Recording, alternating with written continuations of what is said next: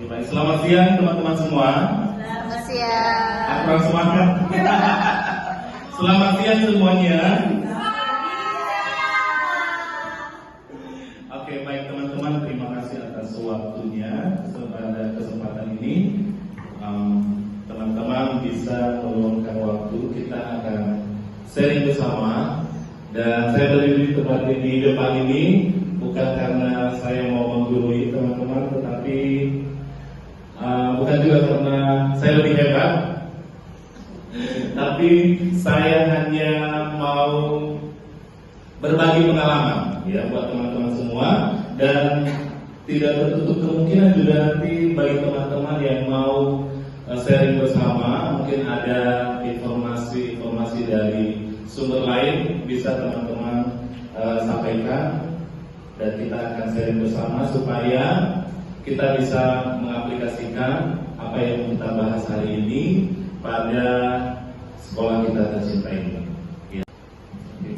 Hari ini saya akan melakukan pembahasan pembelajaran mendalam, dan sebelumnya biar kita lebih semangat lagi, walaupun hari ini kita sudah capek ya, sudah jam 1 siang, 1 lewat, kita biar lebih semangat lagi, kita akan ice breaking dulu ibu-ibu. Siap semuanya? Siap. Oke, saya ajak semuanya bangkit berdiri. Kita akan sama-sama bernyanyi dan melakukan gerakan. Ini bisa juga nanti dipraktekkan di kelas masing-masing ya ibu-ibu ya.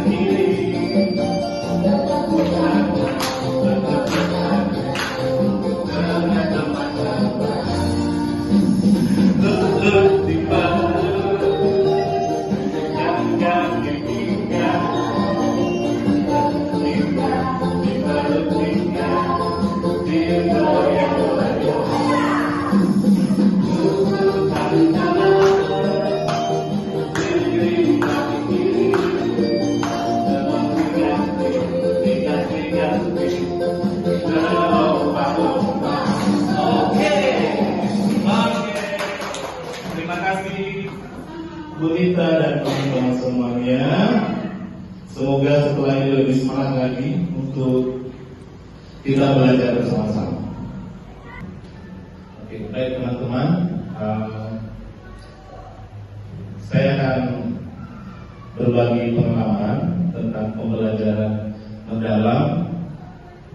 Yang pertama, kita akan melihat apa itu pembelajaran mendalam.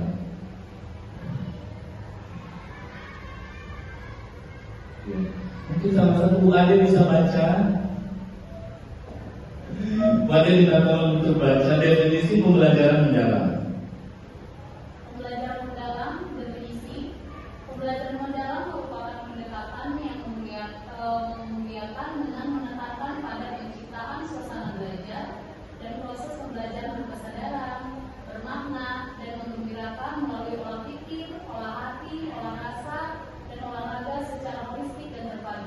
Ya, jadi ini adalah pengertian dari pembelajaran mendalam, ya, di mana ini adalah sebuah pendekatan yang memuliakan dengan menekankan pada menciptakan suasana belajar. Jadi ketika kita dalam kelas untuk melakukan proses pembelajaran, ini bisa kita ciptakan, ya. Ada di dalamnya berkesadaran, bermakna, kemudian suasana yang menggembirakan, dan harus diolah dengan olah pikir, ya, kemudian olah hati, dan tidak hanya olah pikir dan olah hati, harus ada olah rasa dan olahraga, ya. Nanti masing-masing ada tujuan, ada maksud kenapa harus ini kita laksanakan dan kita terapkan di dalam kelas, ya. Nanti pada bagian akhir kita akan melihat apa sih yang akan kita capai ketika kita sudah melakukan yang namanya pendekatan PM ini.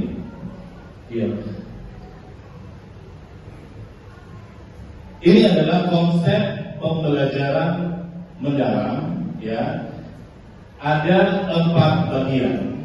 Ya, di sini kemudian 4 bagian ini memiliki banyak unsur-unsur, ya. Jadi ada beberapa hal yang harus kita perhatikan, yang harus kita terapkan di dalam pembelajaran. Yang pertama kita lihat yang bulatan terang yang pertama yang paling pinggir, ya, ada kerangka pembelajaran. Kemudian yang kedua ada pengalaman belajar, dan ada prinsip pembelajaran, dan terakhir ada dimensi profil lulusan. Ini profil dimensi profil lulusan ini nanti yang harus dicapai, ya. Ini adalah hal yang menjadi tujuan kita di dalam pembelajaran mendalam.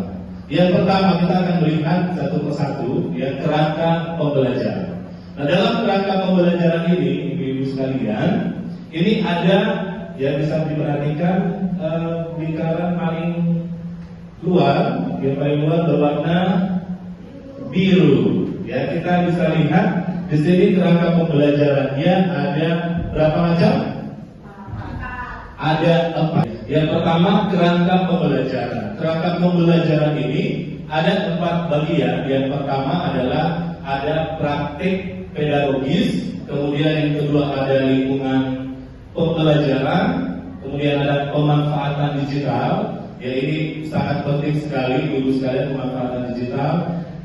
Dengan era saat ini, perkembangan teknologi informasi yang sudah berkembang, jangan sampai kita ketinggalan. Apalagi kalau kita ketinggalan dari siswa kita sendiri, ya. Jadi kita harus memanfaatkan digital dengan baik, ya. Kemudian yang terakhir ada kemitraan pembelajaran. Harus ada mitra pembelajarannya untuk mendapatkan informasi lebih banyak lagi dan untuk menambah wawasan bagi siswa-siswi kita.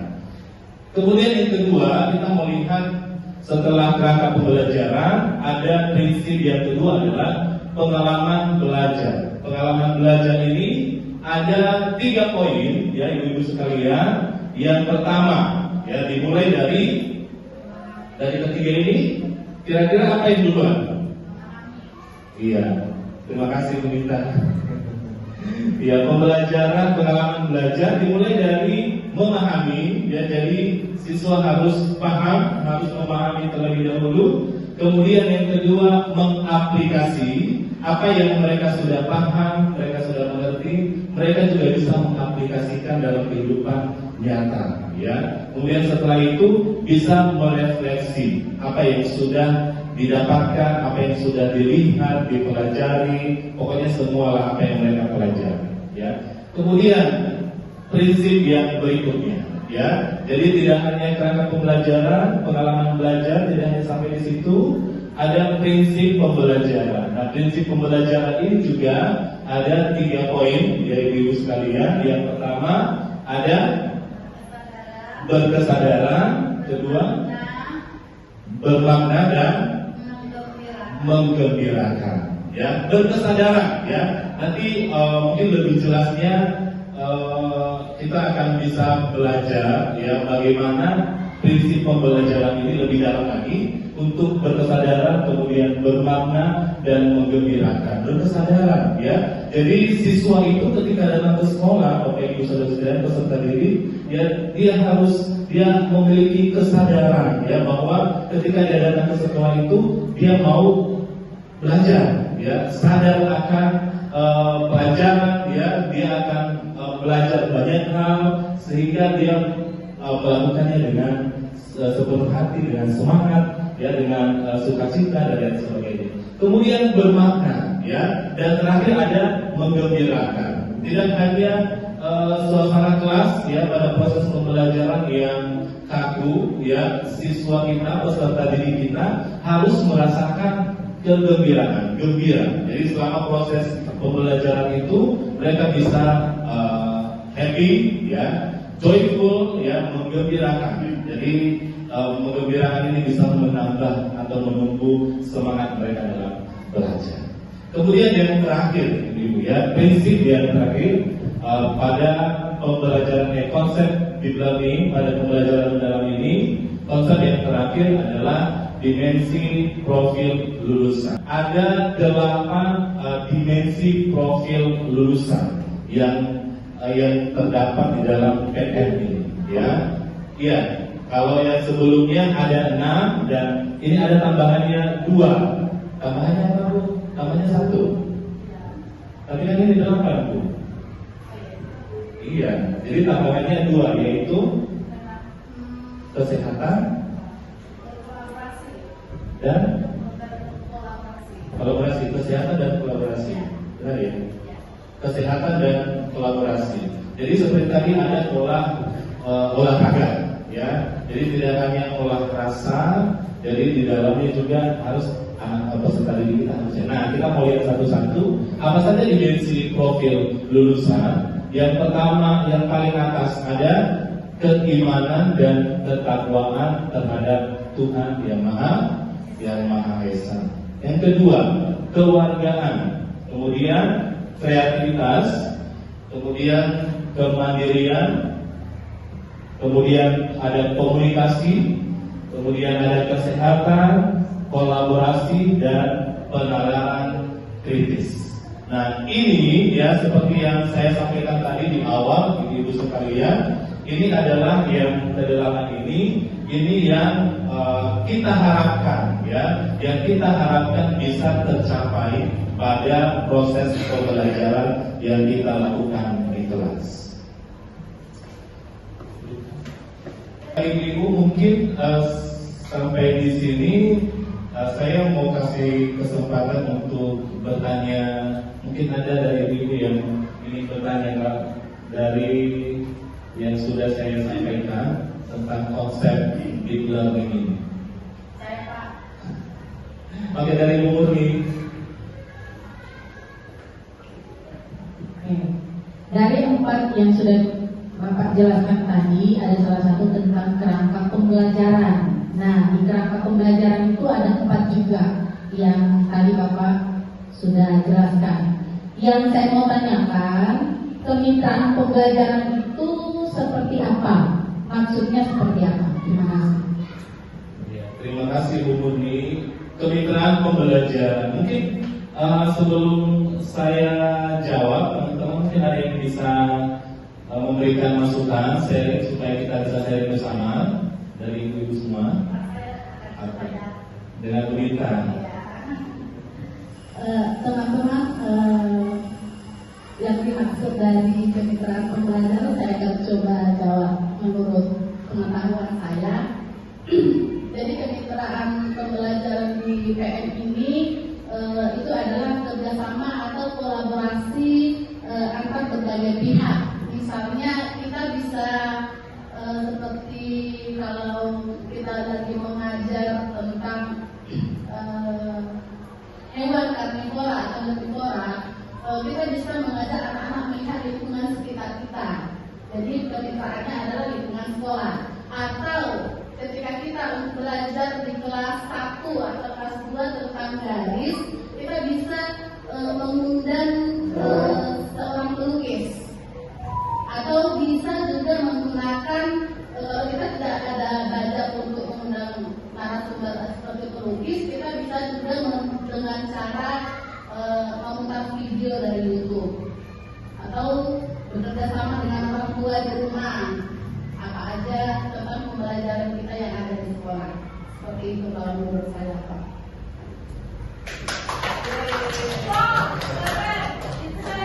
Iya, terima kasih Bu Nita ya. Sepertinya sudah sangat jelas ya Bu ya tentang kemitraan pembelajaran ini ya hubungan. Jadi mesti saya tambahkan. Jadi untuk supaya ada kemitraan pembelajaran ya pembentuk kemitraan ini lewat hubungan yang kuat ya antara kita sebagai guru, kemudian peserta didik, kemudian guru dan orang tua serta guru dan guru ya. Jadi masing-masing kemitraan ini harus ada hubungan yang kuat. Nah untuk membentuknya ya kita membutuhkan yang namanya PBB ya, pola PBB, pola pikir bertumbuh, karena membutuhkan adanya saling percaya tentang hubungan yang tadi. Kita harus saling percaya dari setiap pihak yang terlibat. Mungkin seperti itu. Ada lagi yang mau bertanya? Sudah. Ini sudah lebih ini. Sudah. Apa pun.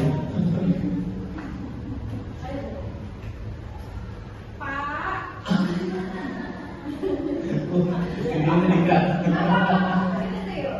Pak, bagaimana cara mengatasi tingkat pemahaman anak yang berbeda-beda itu, Pak? Ada yang tingkat pemahamannya itu super, ada yang tingkat pemahamannya itu minus. Begitu. Ya, terima kasih. Itu saja Bu Susi. Jangan masalah. Ada yang tingkat pemahamannya itu sangat rendah. Sampai beberapa metode pun dilakukan masih belum paham. Gimana?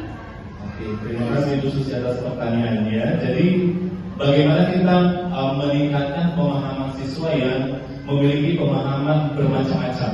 Ada yang ada peserta didik yang mudah memahami, ada yang sulit untuk memahami, dan ada yang tidak paham-paham sampai tidak paham-paham. Mungkin ada teman-teman bisa sharing tentang pengalamannya di kelas. Yang pasti setiap kelas ada nih ya 1-2 anak yang susah untuk memahami pembelajaran yang kita kasih di kelas.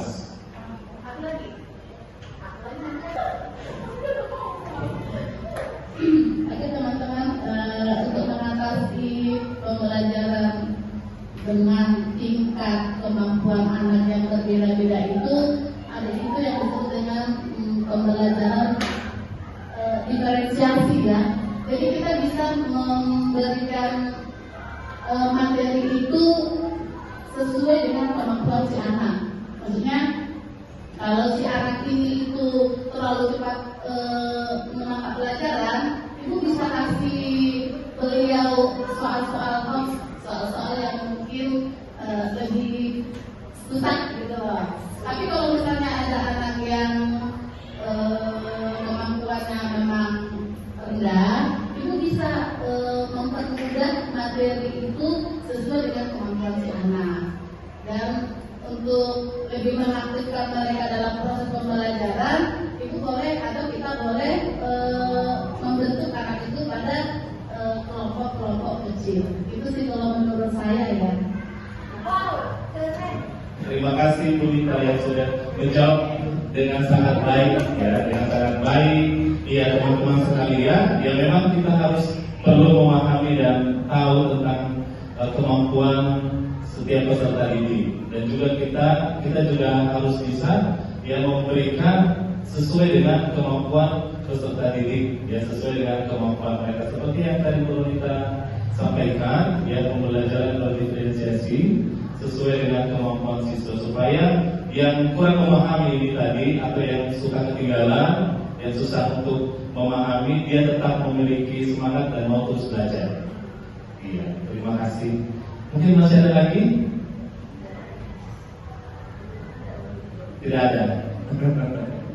Ya kalau tidak ada, saya ucapkan terima kasih buat semua ibu guru yang hebat yang sudah memberikan waktunya hari ini dan sudah bersama-sama sharing, berbagi pengalaman, berbagi cerita tentang pembelajaran mendalam. Semoga apa yang sudah kita lihat, sudah kita dengarkan mungkin terdiri dari berbagai sumber, kita bisa aplikasikan di dalam kelas untuk berguna buat anak-anak kita, peserta didik kita, mereka terus belajar dengan semangat. Terima kasih semuanya, selamat siang, Tuhan memberkati.